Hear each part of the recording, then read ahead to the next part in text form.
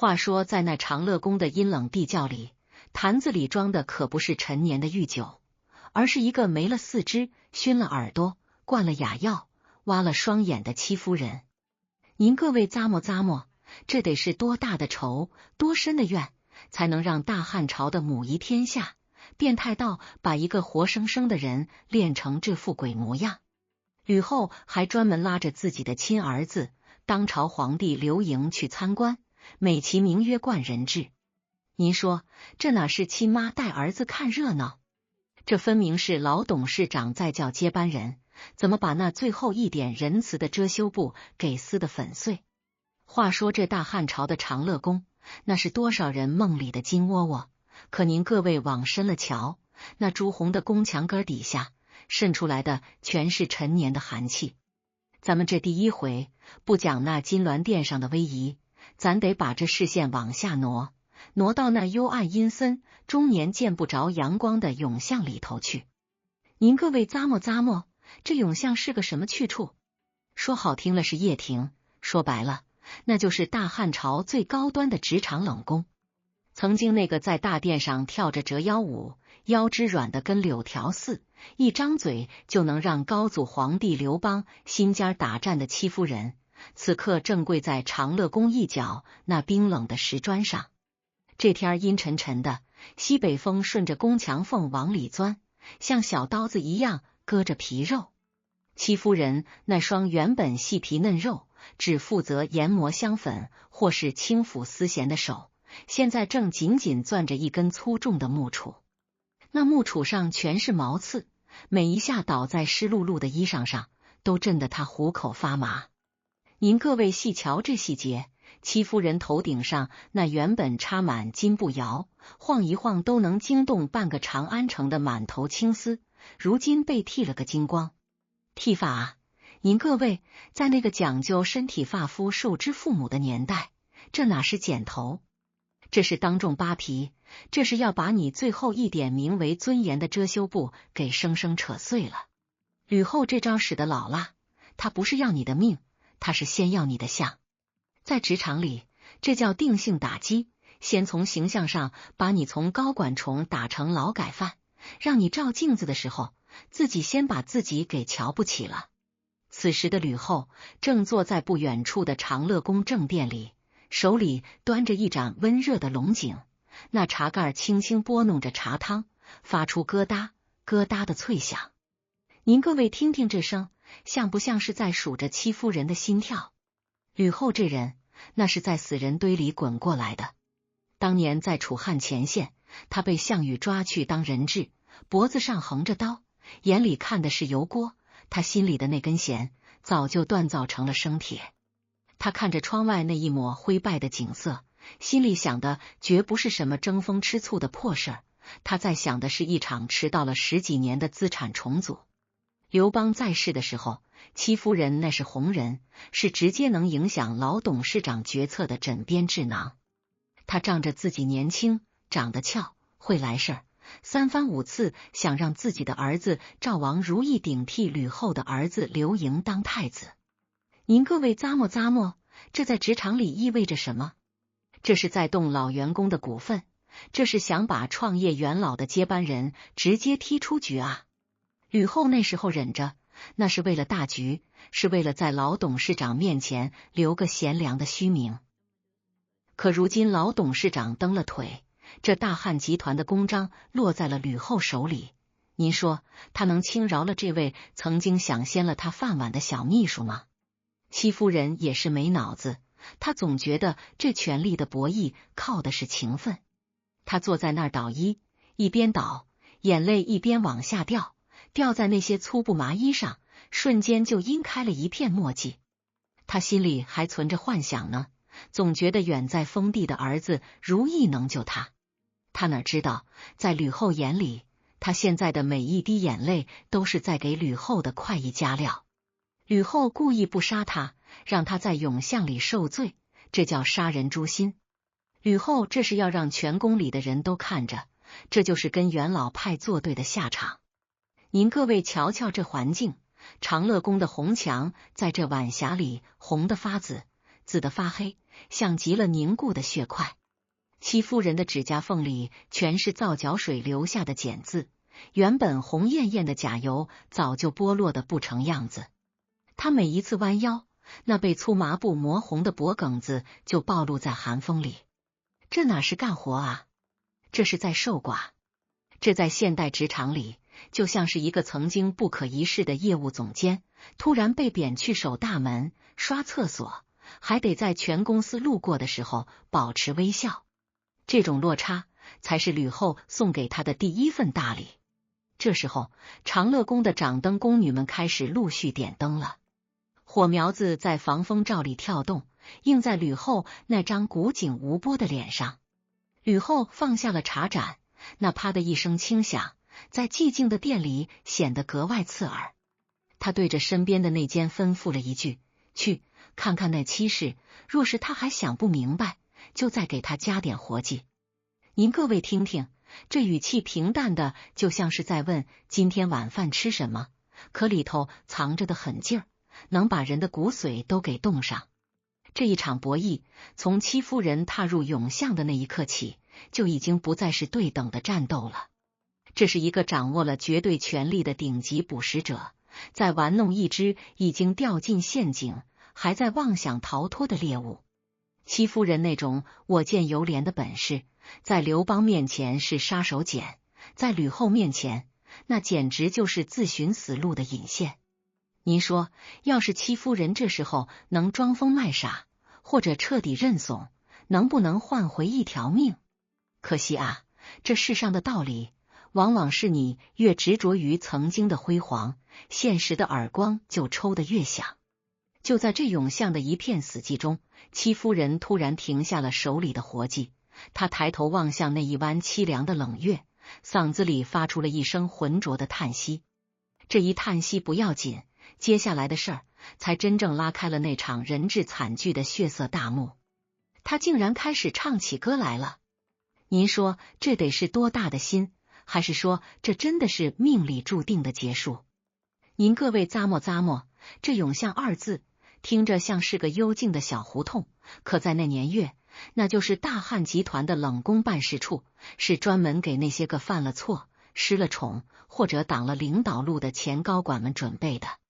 现在的戚夫人正蹲在那儿，您瞧瞧，那曾经在大殿上跳着轻盈折腰舞，一举一动都能让刘邦老皇帝把江山都舍了的细腰，如今裹着一层粗的扎人的赭色球衣。那衣服的料子是那种最下等的麻布，磨在皮肉上，没一会儿功夫就能蹭出一层白生生的皮屑，再揉进那永巷里终年不散的寒气，那滋味真叫一个钻心的疼。咱们得细看这第一个画面，戚夫人的头发。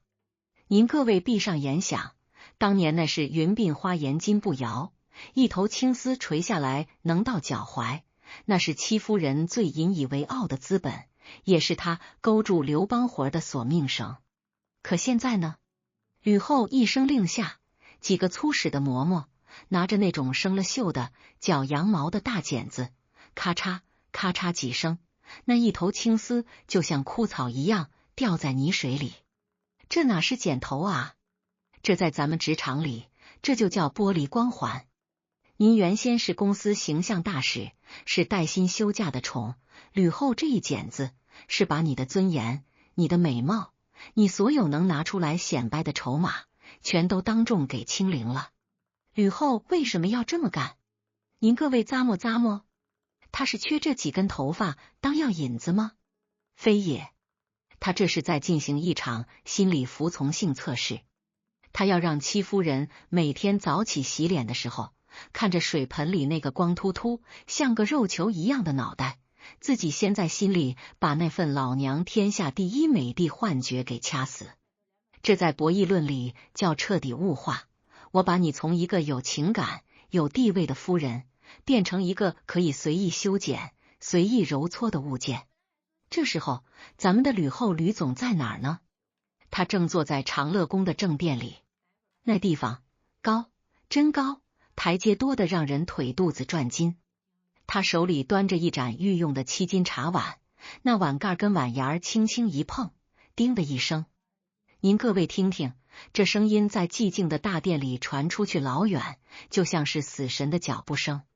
吕后那双眼，那是跟项羽对垒过，在死人堆里抠过时的眼，此刻正透过升腾的水汽，冷冷地盯着远处的地平线。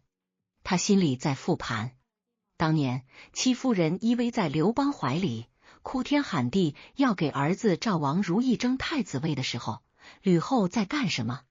他在给这帮老臣洗脚，他在给刘邦守着那份风雨飘摇的家业。戚夫人那时候是空降派的宠，仗着老董事长的偏爱，想把吕后这个创业元老直接踢出局。您说这仇能小得了吗？现在刘邦这棵大树倒了，戚夫人这根藤还想顺着墙根往上爬。吕后抿了一口茶，那茶汤是苦的，她心里的恶气比茶汤还苦。您再瞧瞧永巷这边的细节，戚夫人面前摆着一个巨大的石臼，里头全是洗不完的粗布，那木杵沉得跟铁杠子似的。戚夫人那双原本只用来抚琴研墨的手，现在布满了血泡，每一个血泡被木杵磨破，流出的脓水混合着脏兮兮的皂角液，那叫一个钻心的疼。可他不敢停，旁边站着的监管嬷嬷，那手里的皮鞭子可不是吃素的。这在现实生活里映射的是什么？这就是典型的职场霸凌式降职。你以前是总监，现在让你去刷厕所，还得规定1小时刷50个，刷不完不给饭吃。吕后就是要通过这种高强度的体力折磨，把戚夫人的那点精气神儿全给耗干。人一旦累到了极点，那脑子里想的就不是争宠了，而是能不能喝上一口热水。吕后这是在玩降维打击，把你从精神层面的博弈直接拉低到生存层面的挣扎。可戚夫人这人聪明了一辈子，却没看透这点。她在那儿倒着衣服，心里还存着一丝火苗。她觉得只要她那个儿子如意在赵国当王，只要那帮老臣还记得刘邦的遗言，他就还有翻盘的机会。这种幻觉才是吕后最想摧毁的东西。吕后故意留着他的命，让他在泥潭里挣扎，就是想看看一个曾经站在云端的人掉进粪坑里还能扑腾几下。那长乐宫的墙红得发暗，像是在人血里浸过。每当夜深人静，戚夫人缩在那漏风的小黑屋里，听着窗外西北风呼呼的刮，那风声就像是吕后的冷笑。她摸着自己那凹凸不平的头皮，心里头那股子不甘心竟然慢慢熬成了一种病态的倔强。她想，吕雉啊吕雉，你杀不了我，你只能折磨我。我儿子只要活着，我就还有天亮的那一天。您各位瞧瞧，这就是典型的认知偏差。在绝对的权力面前，任何基于情分或者侥幸的期待都是自掘坟墓。吕后已经在长乐宫的地窖里给戚夫人预留了一个位置，那不是给活人准备的，那是给一个标本准备的。吕后现在就在等戚夫人犯下那个足以让她名正言顺下死手的致命错误。而这个错误就在戚夫人开口唱出那一首冲歌的时候彻底定格了。话说这戚夫人在永巷里，那是受尽了这辈子没吃过的苦。您各位咂摸，这一个原本十指不沾阳春水，连路走多了都要人搀着的职场娇花，如今沦落到天天跟那一堆堆散发着馊味积满了陈年老汉的粗麻布打交道，那心里头得是多大的落差。吕后那是玩心理战的高手，她不光是要折磨戚夫人的肉体，她是要像猫捉老鼠一样，先把你那一身傲骨给揉碎了，再看你在泥潭里打滚。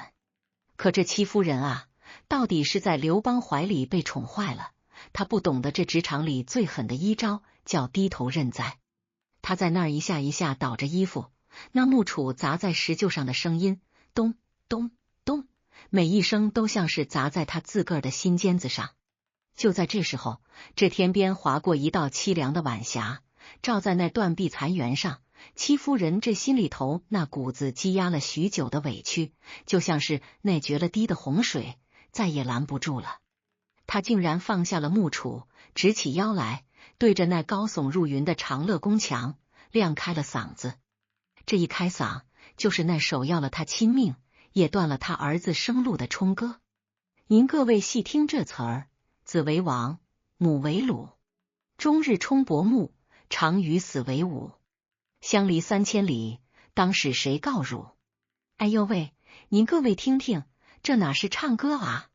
这简直是在大汉朝的权力中心，公然拉起了一道实名举报的横幅。这在咱们现代职场里怎么说？这就叫由于对调岗不满，员工在公司大群里公然艾特 CEO， 并且疯狂暗示外地的分公司负责人回来夺权。您说这吕后要是能容得下这嗓子，那他就不叫吕雉了，那叫活菩萨。咱们得钻进戚夫人的脑子里，去拆解一下她当时的心理。她当时是怎么想的？她是真傻吗？其实不是，她这是一种典型的绝望式博弈。她觉得我现在已经惨到这份上了，吕后你还能把我怎么样？我唱歌是想通过舆论的力量把我这份委屈传出去。他幻想着这长乐宫里人多嘴杂，只要这话传到了老臣周昌的耳朵里，传到了那帮还念着高祖旧情的大臣耳朵里，大家伙一议论，吕后为了名声总得收敛点吧。更重要的是，他想给远在赵国的儿子如意递个信儿啊，你妈快不行了，你手里有兵有粮，你得给娘报仇啊。可戚夫人忘了最关键的一点，在绝对的权力隔离面前，任何舆论攻势都是自寻死路。吕后那是谁？那是大汉集团的董事长兼财务总监，整个长乐宫的监控摄像头，也就是那些太监宫女，全是人家的人。你这刚起个调，那边吕后的桌案上就已经放好了歌词全记录了。您各位想象一下那个画面，长乐宫的正殿里，香炉里的瑞脑香静静的燃着，烟雾缭绕中，吕后正对着一面铜镜，由着宫女仔细的梳理那已经有些斑白的鬓发。一个心腹太监连滚带爬的跑进来，趴在地上，战战兢兢的把咏像里传来的歌词念了一遍。吕后听完，那拿捏着象牙梳子的手猛地停住了，那殿里的空气瞬间就像被冻住了一样。吕后没说话，只是对着镜子冷冷的笑了一声。那笑声不带一点烟火气，却透着一股子让人骨头缝里都冒凉气的狠劲儿。他心里想的是，好你个戚氏，我本来只想让你在这儿老死，给你留个体面，你倒好，你还惦记着你那在赵国的宝贝儿子，你还想让他来告汝。行，既然你想见儿子，那我就让你们母子俩在地底下团圆。这在职场博弈里叫精准捕捉漏洞。吕后一直在等一个机会，一个能名正言顺除掉赵王如意的借口。您各位要知道，如意虽然不是太子，但他手里有封地，有合法的继承权。那些个对吕后不满的老臣，成天盯着如意，想把他当成反攻倒算的旗帜。吕后要是无缘无故杀了如意，那叫残害宗亲，要遭天谴，被唾沫星子淹死的。可现在戚夫人这一嗓子冲歌，硬生生把这谋反的帽子自己给自己扣上了。吕后这人最擅长的是什么？是借力打力。他不直接发火，他反而笑了。他对身边的太监说，既然戚夫人想儿子想得紧，那就成全了他。去传哀家口谕，请赵王如意进京，就说哀家想见见这孩子，叙叙家常。您听听，这叙叙家常4个字，得多少人命才能填得平？这时候的咏像，戚夫人还沉浸在自己那悲壮的幻想里。他觉得这歌声是一束光，能冲破黑夜。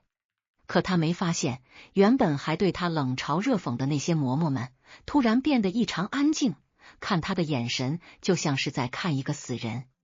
这在职场里最可怕的是什么？不是大家伙排挤你，而是大家伙突然对你表现出一种诡异的礼貌和怜悯。当你发现周围人都闭了嘴，连大气都不敢喘的时候，那就是你要社会性死亡的前兆。戚夫人的这一声吼，彻底打破了吕后最后一点耐心。吕后决定要把这场清算从冷处理升级为肉体毁灭。他不仅要杀如意，他还要让戚夫人亲眼看着他所有的希望是怎么一点点变成绝望的。这叫全链条式摧毁。吕后要做的是一场空前绝后的特殊实验，她要看看一个女人在失去了所有的光环、所有的依靠，甚至所有的尊严后，肉体还能承受多大的扭曲。您各位咂摸咂摸，这戚夫人的悲剧到底是因为她的坏，还是因为她的蠢？其实，在权力的天平上，这两者都没区别。她的癖好是跳舞，是争宠，是幻想着母凭子贵，而吕后的癖好则是在这万丈深渊的边缘，优雅的推你一把，再看你摔得粉身碎骨。且说那戚夫人的冲歌余音未落，长安城的风云已然变了颜色。您各位咂摸咂摸，这世间最毒的不是砒霜，而是那上位者嘴角的一抹冷笑。吕后坐在长乐宫那漆黑得发亮的宝座上，手指轻轻叩击着凤首扶手，发出啪嗒啪嗒的闷响。这一响就像是地府里勾魂使者翻开了生死簿，要把那远在3000里外还做着藩王梦的小赵王如意生生的给拽进这吞人的深宫。咱们这第3回得聊聊吕后的引蛇出洞与赵王如意的命悬一线。这在职场里头叫什么？这叫调离大本营，定向定点清除。您瞧瞧，如意在赵国，那是天高皇帝远，身边有老臣周昌护着，有兵马守着。吕后要是派兵去杀，那是造反，是坏了名声。所以他玩的是阳谋，他连发了3道诏书，语气那叫一个和蔼可亲，说什么哀家年纪大了，想念宗亲，想请如意进京聚聚。您说这哪是叙旧？这分明是黄鼠狼给鸡下请帖，每一个字缝里都透着血腥味儿。这时候咱们得细看一个人的心理，那就是大汉朝现任 CEO 吕后的亲儿子汉惠帝刘盈。刘盈这孩子跟他妈那是2个极端。吕后是块生铁，冷硬绝情；刘盈是块温玉，心慈面软。他一听老娘要召如意进京，这后脊梁骨就嗖嗖的冒凉风。他太了解自个儿亲妈了，只要是吕后盯上的猎物，就没有能活过头七的。于是这大汉宫廷里上演了一幕极具张力的职场保卫战。刘盈为了护住这个同父异母的弟弟，居然亲自跑到霸陵去接。您各位看这画面，天还没亮，长安郊外的荒草上还挂着冷霜，堂堂的大汉皇帝连龙袍都没穿利索，就守在道口。等如意的车马一到，刘盈二话不说，直接把如意拽上了自个儿的御辇。他心里想的是，我天天跟你同吃同住，我走哪儿把你带到哪儿，我就不信我亲妈还能当着我的面把你给生吞活活剥了。这在博弈论里叫肉身护盾。刘盈觉得自己是在尽兄弟情分，可他忘了，在吕后这种顶级玩家眼里，亲情这玩意儿是可以根据 KPI 权力指标随时进行议价核销的。吕后在长乐宫听着眼线的汇报，说是皇帝跟赵王同起同居，连睡觉都抵足而眠。他不急也不恼，他反而更沉稳了。他在等一个缝隙，等一个能让刘盈这个挡箭牌打个盹的瞬间。您各位细瞧长乐宫里的细节，吕后每天还是按时起床，按时礼佛，甚至还专门给如意赏赐了点心和衣裳，那种客气的让人发毛。这叫温水煮青蛙。他在消磨刘盈的警惕心，也在观察如意的反应。如意毕竟是个孩子，见皇兄护着自己，见嫡母赏赐不断，那颗原本悬着的心慢慢就放了下来。这就叫安全感的错觉。在职场里，最危险的时候往往不是老板骂你的时候，而是老板突然对你嘘寒问暖，让你觉得一切都过去了的时候。转眼到了那年的隆冬，这一天刘盈兴致挺高，想去霸陵打猎。那年头的皇帝打猎是正事，是演武。他看看怀里睡得正香的如意，心里想，大清早的，天寒地冻，让孩子多睡会儿吧，老娘总不至于这会儿动手。这一念之差，您各位，这就是生与死的界限。刘盈前脚刚跨出店门，后脚那长乐宫的阴影里就闪出了几个走路没声的内奸。这接下来的画面，咱得显微镜似的看。如意正躺在暖和的被窝里，梦里估计还回味着赵国的烤羊腿。这时候，一个托盘悄无声息地放在了他的榻前，托盘里是一盏温热的鸩酒。带头的太监，那是吕后的死忠，他那张脸在昏暗的晨光里显得惨白惨白的，皮笑肉不笑地说：“赵王爷，太后给您送早茶来了。”如意睁开眼，看着那冒着热气的酒杯，那酒里加了最猛的药，看着透亮，实则夺命。您说，一个10几岁的孩子，这时候能怎么办？他求饶，他呼喊，没用。这长乐宫的每一块砖，每一道门，都已经接到了吕后的最高指令。如意最后看了一眼窗外那白茫茫的天色，他知道皇兄回不来了，他的命在这杯酒放下的时候，就已经被大汉的权力机器给注销了。当刘盈拎着2只野兔，满心欢喜地推开店门时，他看到的不是一个睡眼惺忪的弟弟，而是一具已经凉透了、七窍流血的尸体。如意那双眼死死地瞪着房梁，仿佛在问：这世间的公理在哪儿？这兄友弟恭的情分，怎么就抵不过那一杯苦酒？刘盈在那儿站了很久，手里的野兔掉在地上，滚了一身的灰。他没哭，他只是觉得冷，那种从脚底心直往脑门子窜的冷。他明白，他妈吕后已经彻底变成了一个他完全不认识的怪物。吕后这不仅是在杀如意，她是在当着儿子的面，把刘盈心底最后一点关于仁爱的信仰给生生踩碎了。这在现实职场里叫什么？这叫暴力裁员。老板当着所有中层干部的面，把那个最有才华、最受大家喜欢的年轻人给开除了，而且是用最卑劣、最不讲道理的方式。这不是为了解决业务问题，这是在宣示主权，是在告诉所有人，在这个地界，规矩就是我，我就是规矩。吕后听闻如意已死的消息，只是轻轻翻了一页经书。他心里想的是，隐患除了，接下来该处理那个始作俑者了。那个在永巷里唱歌害了亲儿子的戚夫人，你以为死就是解脱吗？不，哀家要让你活得比死更精彩。这一节咱们聊的是权力的无缝衔接与冷酷清场。您各位瞧瞧，吕后杀如意，那是为了给刘盈清账，哪怕刘盈不领情。他这种为了你好，所以要杀你爱的人的逻辑，在现代这种病态的家庭关系或职场控制中，是不是处处可见？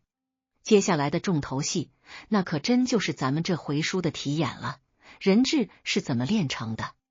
那是人类文明史上最黑暗的一页，也是吕后变态欲望最高潮的释放。刘盈看到那一幕后是怎么疯的？吕后又在那个血淋淋的坛子面前说了什么惊世骇俗的话？话说那赵王如意，那个不过10几岁，原本该在封地纵马扬鞭的孩子，就这么无声无息地死在了他皇兄刘盈的龙榻旁。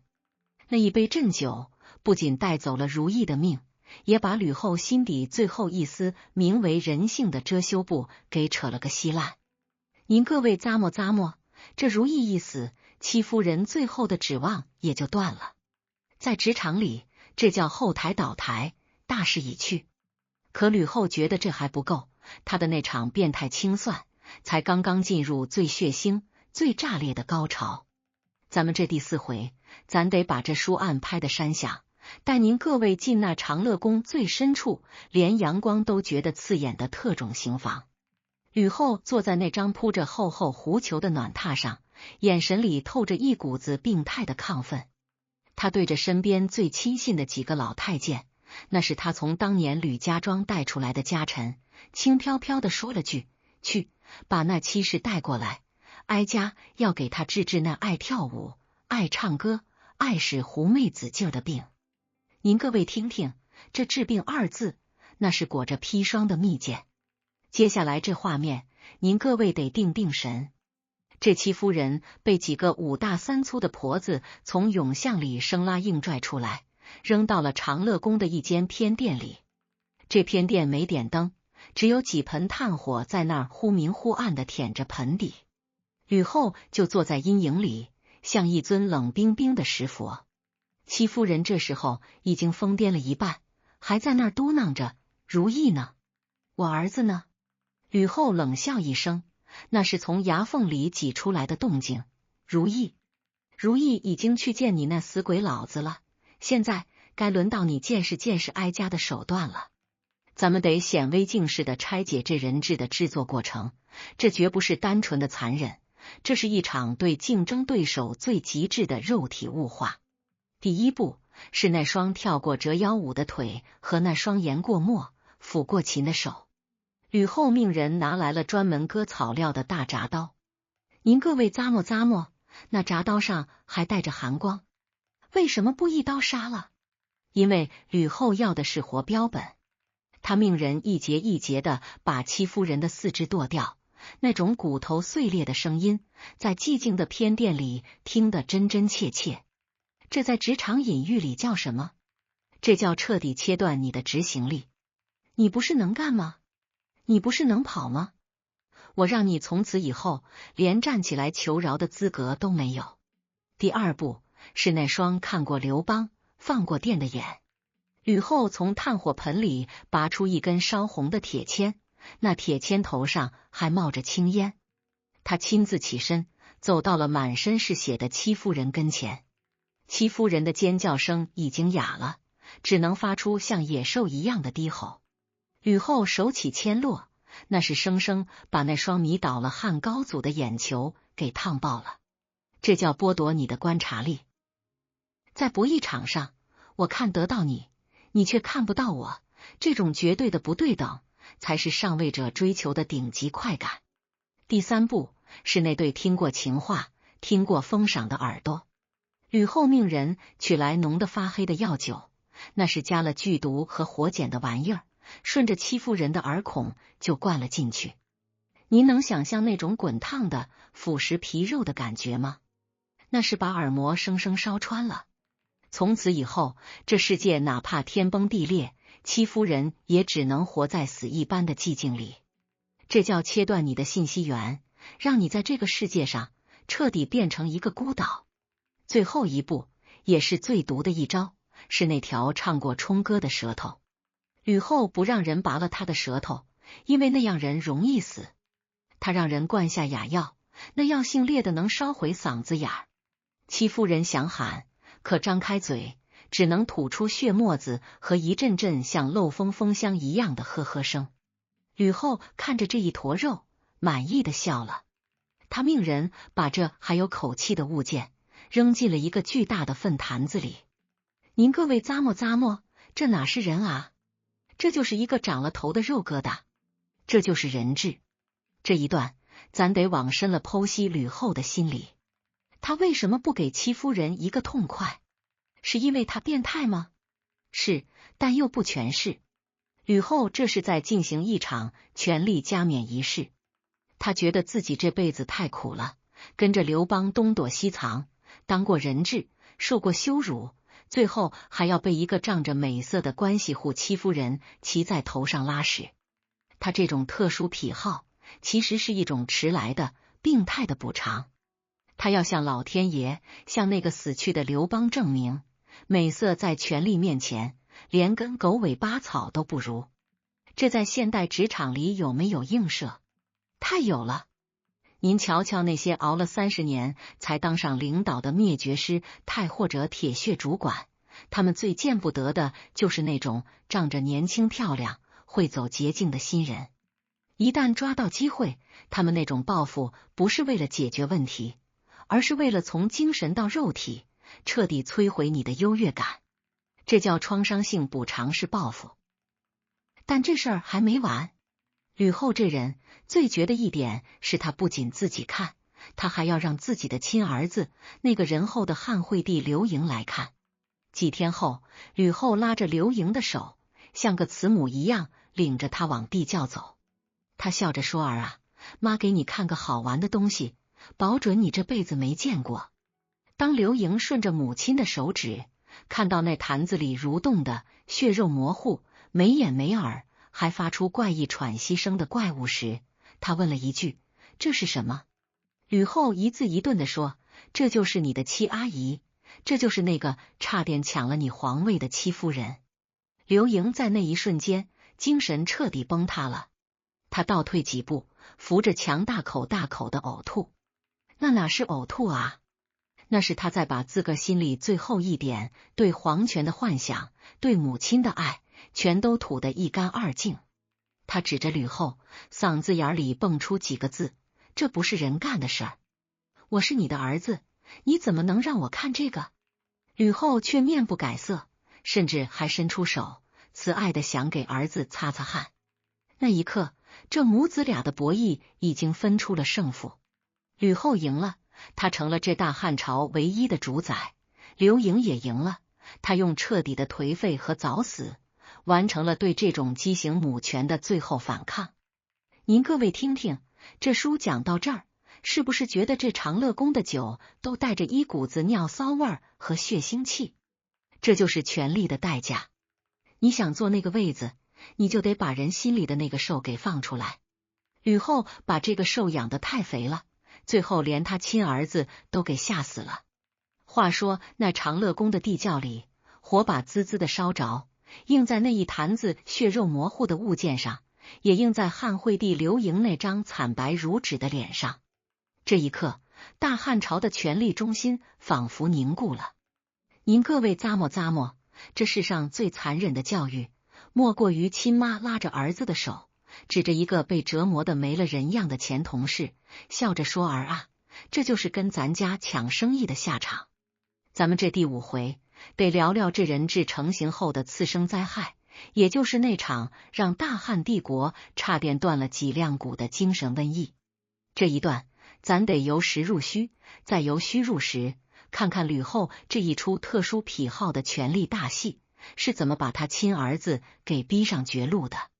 您各位细瞧那画面，刘盈从地窖里连滚带爬的逃出来，那一身绣着金龙的龙袍在台阶上挂破了脚，他也顾不上了。他跑回自己的寝宫，一进门就瘫在那儿，嗓子里发出一种像受伤小兽一样的哀鸣。他闭上眼，满脑子都是那坛子里蠕动的红肉，还有那双被烫瞎了却仿佛还在死死盯着他的眼。这在现代心理学里叫什么？这叫创伤后应激障碍，而且是最高量级的。吕后呢？他没去追，他站在地窖门口，拍了拍手上的土，那动作优雅的像是刚修剪完花枝。他对着身边的老嬷嬷说：“皇帝还是太嫩，经的事儿少。去，把那地窖封严实了，每天派人给妻室喂点参汤，哀家要让他活得长久些。这种艺术品死得太快就没意思了。您听听，这哪是人话？这就是一个在权力巅峰待久了，已经把所有人类情感都置换成博弈逻辑的疯子。”吕后的这种特殊癖好，其实是一种极度的扭曲的掌控欲。在职场里，咱们经常能见到这种领导，他不光要你干活，他还要摧毁你的意志；他不光要开除你，他还要让你在整个行业里名声扫地，让你像个丧家犬一样活着，好让他每天路过你的时候，都能确认一遍自己的强大。吕后就是这种人的祖奶奶。过了没几天，刘盈病了，这病不是风寒，是心病。他躺在病榻上，吕后过来看他，手里端着一碗亲手熬的莲子羹。吕后坐下，平退左右，那眼神慈爱的让人发毛。他轻声细语地问：盈儿，还在想那坛子里的东西呢？刘盈猛地坐起来，眼珠子瞪得老大，死死盯着吕后，颤着声说：太后，那不是人干的事儿。我是您的儿子，您怎么能让我看那个？您杀如意，我可以当没看见；您求妻室，我可以不说话。可您把他弄成那样，您让儿臣以后怎么面对这大汉的江山？怎么面对列祖列宗？吕后放下茶碗，那啪的一声，在空旷的寝宫里激起一阵回响。他冷笑一声，站起身来，居高临下的看着刘盈：江山，你以为这江山是靠仁慈坐稳的？当年你爹在前面打仗，我被项羽抓去的时候，谁对我仁慈过？妻室想换太子的时候，谁对你仁慈过？我要是不狠，你现在连进地窖看的机会都没有，你早就被如意那个小杂种给埋进土里了。这一段对话就是典型的代际权力冲突。吕后是用生存逻辑在说话，她觉得世界是黑暗森林，不杀人就得被杀。而刘盈是含着金钥匙长大的，他是用文明逻辑在说话，他觉得权力应该有底线。这两股劲拧在一起，就是一场不死不休的悲剧。这在现代职场里也常见，创业一代的老板觉得坑蒙拐骗只要赢了就行，守业二代的接班人觉得咱们得讲合规讲体面，结果呢，往往是老子觉得儿子废物，儿子觉得老子变态。刘盈彻底绝望了，他给吕后回了一封信，这信在史书上都有记载，大意是说，这不是人干的事，我作为您的儿子，实在是没法治理天下了。从此以后，这位大汉皇帝干了件让人大跌眼镜的事，他罢工了。他不理朝政，不接见大臣，整天躲在后宫里，跟一群太监、宫女喝酒胡闹。您各位咂摸咂摸，这哪是荒淫？这叫补偿性自残。他在用这种方式告诉吕后，你不是想要一个听话的木偶吗？你不是想独揽大权吗？行，我把权力全给你，但我连我这个人也给毁了。我看你最后守着这冷冰冰的江山，跟谁过日子去？刘盈在后宫里玩得有多疯？他让人在店里铺满丝绸，每天喝得烂醉如泥，甚至故意在吕后路过的时候，跟那些来历不明的人厮混。这在博弈论里叫复合博弈，我不求赢，我只求让你也赢不到。吕后看着亲儿子一点点烂掉，她心疼吗？肯定疼，但她更恨，她觉得这是戚夫人的毒性太强，即便变成了人质，还在通过刘盈来报复他。于是吕后把这股邪火又撒到了朝堂上，她开始大规模的提拔吕家的亲戚，吕产、吕禄，一个接一个的往高位上放。这在职场里叫家族企业化。他不再相信外人，不再相信那些跟着刘邦打天下的老臣，他只相信流着吕家血的人，因为他觉得只有狠毒和血缘才是这世界上唯一的保命符。这时候的长乐宫，白天是吕后的雷霆万段，晚上是刘盈的哀乐齐鸣。而在那最阴暗的地窖里，戚夫人还没死。据史料记载，她居然在那坛子里活了很久。您各位想想，在那暗无天日的粪坑里，一个没了四肢、没了眼睛、嗓子烧干了的女人，每天靠着那点强灌进去的参汤吊着命，她心里在想什么？她是想死死不了，想活活不成。这种极致的痛苦汇聚成一股子怨气，仿佛把整个长乐宫的空气都给污染了。吕后的这种特殊癖好，最终演变成了一场全家统式的毁灭。刘盈在位没几年，就因为抑郁过度，一口气没上来，英年早逝。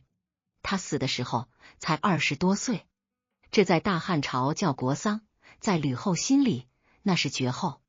刘盈出殡那天，吕后没哭，她站在灵柩前，眼里一滴泪都没有。大臣张辟强在旁边看得真切，他悄悄跟陈平说，太后不哭是因为她怕那些老臣趁着皇帝没了对吕家下手，赶紧建议他让吕家的人带兵进攻。您看看，在这帮政治生物眼里，亲儿子的命居然还不如那几块兵符值钱。吕后这辈子赢了吗？她确实赢了，她成了中国历史上第一个临朝称制的女性，她的名字被刻在权力的丰碑上。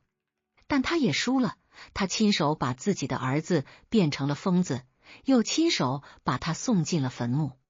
他那个人质的坛子，其实装的不只是戚夫人，装的是他吕雉这辈子所有的幸福和安宁。话说那大汉的长乐宫，自打汉惠帝刘盈那年轻的身躯被抬进皇陵，这宫里的风听着都带了股子呜咽。您各位咂摸，这世上最凄凉的事儿，莫过于白发人送黑发人，更何况这黑发人还是被亲娘那惊世骇俗的人质大作给活生生吓破了胆，惊散了魂的。咱们这第6回，咱得把这视线从那血淋淋的地窖里挪出来，往那高耸入云、金碧辉煌却又死气沉沉的未央宫里瞧瞧。这一回，咱讲的是权力登顶后的荒凉与家族企业的高强度内耗。您各位细瞧这细节，吕后现在是真正的孤家寡人了。刘盈这一走，皇位上坐着的是个连话都说不利索的小娃娃。吕后呢，她不做那侧边的凤椅了，她直接挪到了大汉朝权力最核心的那张龙椅上。她每天早起，由着宫女一层一层的给她套上那沉重的绣着玄色暗纹的朝服。那衣服重啊，重的压弯了她的腰，可她那双眼却在这一层层的布料包裹下，变得像鹰隼一样锐利，又像枯井一样幽深。在现代职场里，这叫什么？这叫创始人意外离世，铁血遗孀强行接管董事局。吕后现在面对的不是什么后宫恩怨，而是那帮跟着刘邦打天下，手里攥着兵权，一个个跟狐狸赛跑的老臣，周昌、陈平、灌婴。这些老家伙当年在那死人堆里爬出来的时候，吕后还给他们缝过袜子呢。可现在他们看吕后的眼神里藏着火，也藏着刀。吕后明白，光靠那一坛子人质是吓不住这帮滚刀肉的，于是他开始了一场史无前例的家族大换血。您各位瞧瞧这动作，吕后在这朝堂上大笔一挥，把自家的子侄什么吕产、吕禄、吕通全给封了王。这在大汉朝可是捅了马蜂窝了。刘邦临死前跟大臣们歃血为盟，刻在石头上的誓言是非刘氏而亡，天下共击之。吕后这是在干什么？他这是在公然撕毁公司章程，要把刘氏集团强行重组为吕家作坊。为什么吕后会产生这种近乎偏执的一定要让吕家人上台的特殊癖好？咱们得显微镜式的拆解他的心理防御机制。您各位想啊，他亲手毁了儿子，他已经没有后了。在他的潜意识里，刘家的子孙全都是戚夫人、薄姬那些狐媚子的种，全都是他的仇人。他觉得只要这江山还姓刘，他死后就得被翻旧账，他弄残戚夫人的那点事儿就会变成射向吕家后人的箭。所以他这种疯狂提拔亲戚的行为，其实是一种极度的生存焦虑。他要把整个大汉朝都变成他的亲兵营，让他在这冷冰冰的皇宫里能听见几声家乡话，能看见几个跟他流着一样血的活人。这在职场隐喻里就是典型的任人唯亲到了极致。很多老领导到了晚年，不相信制度，不相信专业，就相信自家的亲侄子、外甥。结果呢，往往是这帮草包亲戚在外面仗势欺人，把老领导最后一点口碑都给败光了。吕家那几个小辈，吕禄、吕产之流，那是干啥啥不行，吃喝嫖赌第一名。他们在长安街上横行霸道，那些老臣们坐在马车里，掀开帘子看一眼，不说话，只是把那帘子又重重的放下了。那是一种什么样的寂静？那是暴风雨前的死寂。吕后在这死寂中越来越孤独，她开始频繁的做梦，梦里没有刘邦，没有刘盈，全是一个没手没脚的影子在晃动。据宫里的内侍悄悄传，太后晚年最怕路过永巷，哪怕是绕远路，也不愿再听见那捣衣的声音。您各位咂摸咂摸，这叫杀人者的反噬。他把戚夫人做成了标本，结果那个标本就长在了他的脑子里。有一天，吕后去霸陵祭祀，回来的路上，天色昏暗，突然草丛里钻出一只黑漆漆的大狗，那狗长得极怪，眼神忧虑，猛地冲过来，对着吕后的腋下就是一口。侍卫们赶紧拔剑去砍，那黑狗却像烟雾一样消失了。吕后回到宫里，腋下就肿起了一个大包，疼得她整宿睡不着觉。太医来看，说是毒疮，可吕后心里明白，那是冤魂索命。她请了无数的道士、巫医在宫里做法，整天烟熏火燎的，那符咒贴满了长乐宫的每一扇门窗。这在现代看来是迷信，可在权力的博弈场里，这叫良心的迟到性审判。你手里握着的权杖再重，也挡不住你心里那个鬼。咱们看这个画面的细节，吕后躺在那张纯金打造的卧榻上，周围围了一圈姓吕的子侄。他抓着吕产的手，那指甲深深的掐进年轻人的肉里，他哑着嗓子说：别走，都别走，哀家死后，你们一定要握紧北军和南军的兵权，千万别给刘家那帮老臣留机会，他们会把咱们吕家剁成肉泥的。这一刻的吕后哪里还有半点大汉女主的气势？她就像个受惊过度的老母鸡，拼命想把那几只不成器的鸡崽子护在翅膀底下。可她忘了，那翅膀已经被她自己亲手折断了。她这一辈子为了权力，杀了丈夫的宠妃，吓死了亲生的儿子，架空了创业的元老。她以为自己修筑了一座坚不可摧的堡垒，其实她只是给自己挖了一个深不见底的坑。这在现实生活里映射的是什么？这就是那些为了成功，为了上位，牺牲了所有亲情、友情和底线的人。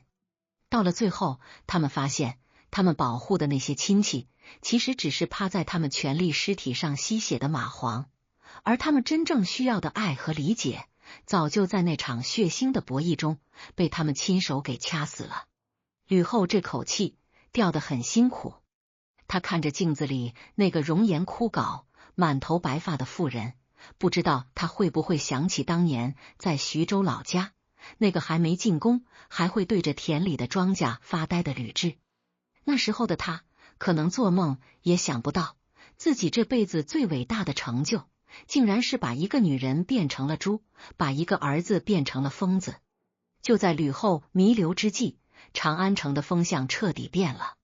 陈平和周昌在那阴暗的小屋里，已经把那份清算吕家的名单拟好了。这就是权力的法则，你活着，你是神；你倒下，你是肉。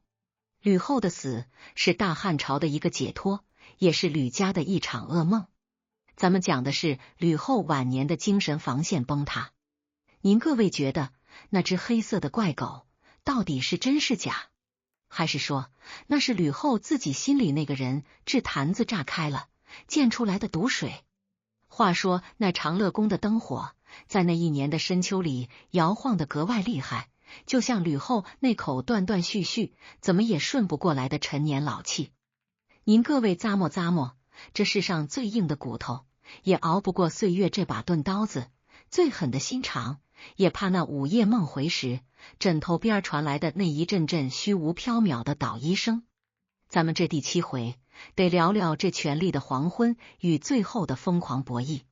这一段，咱得把镜头对准吕后那张褶皱如枯树皮的脸，看看一个玩了一辈子职场权谋的老董事长，在临交班前是怎么把最后一点筹码全压在自家那几个不成器的亲戚身上的。您各位瞧瞧这画面的细节，吕后躺在那张足有3寸厚的虎皮褥子上，腋下那个被黑犬咬出的毒疮已经烂得流了脓，满屋子都是一股子散不去的苦涩中透着腥气的药味儿。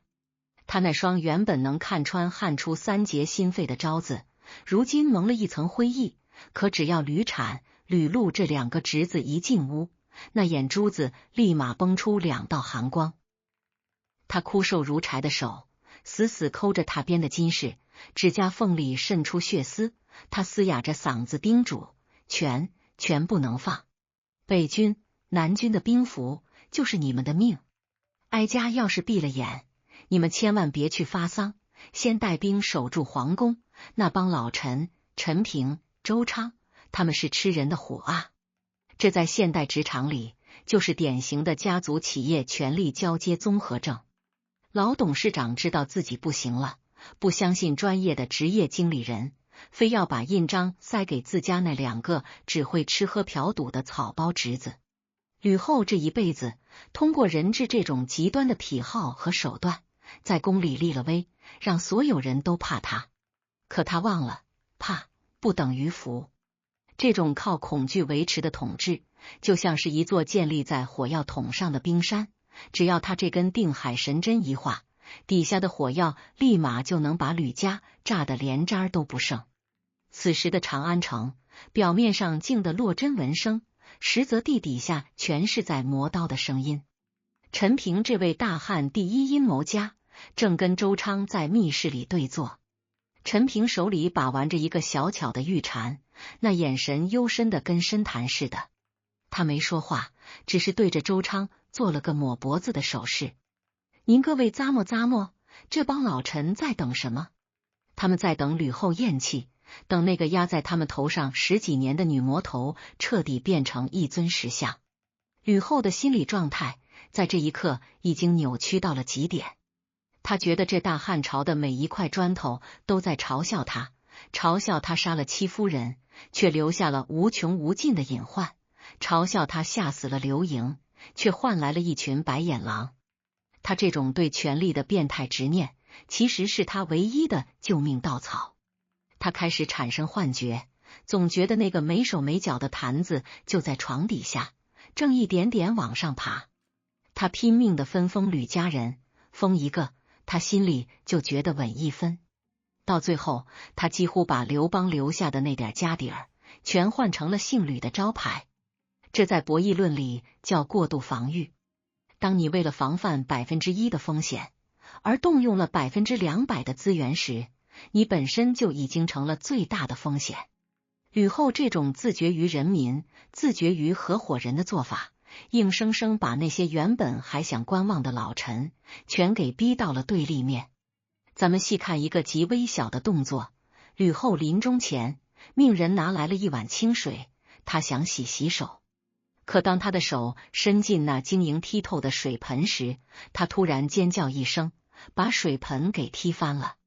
她指着地上的水渍，浑身发抖，因为在那水影里，她看到的不是自己的脸，而是戚夫人那张被烧瞎了眼，却依然带着诡异微笑的残面。这在现实映射中是什么？这就是亏心事做绝后的心理崩溃。你以为你毁掉了竞争对手的肉体，其实你是在心里给对方修了一座永恒的监牢，把自己给关进去了。吕后咽气的那一刻，长安城的空气似乎都轻了几分。他前脚刚闭眼，吕产、吕禄这2个草包后脚就开始慌了。他们握着兵符，却不知道该往哪儿指；他们站着皇宫，却连门外的老臣都不敢见。这叫德不配位，必有余殃。吕后给他们留了最硬的盾，却没教会他们怎么挥刀，也是这出大汉喋血戏的终了之回。话说那吕后两眼一闭，蹬了腿，长乐宫里那股子压了10几年的阴霾，像是被一阵大风生生给吹散了，露出来的却是更浓烈的血腥气。您各位咂摸咂摸，这世间的债，那是半点儿也赖不掉的。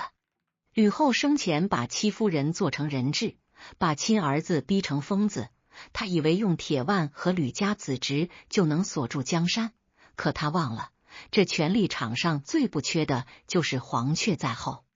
咱们这第8回，咱得把这书案拍得震天响，讲一讲这权力的清算与人性的回归。您各位细瞧这画面，吕后那具穿着9重蚕丝寿衣的尸身还没凉透，停在灵柩里，周围围着的是吕产、吕禄那几个草包。这个几个手里攥着北军和南军的兵符，手心里全是冷汗，那兵符冰凉凉的，哪像是什么护身符，倒像是2块烫手的山芋。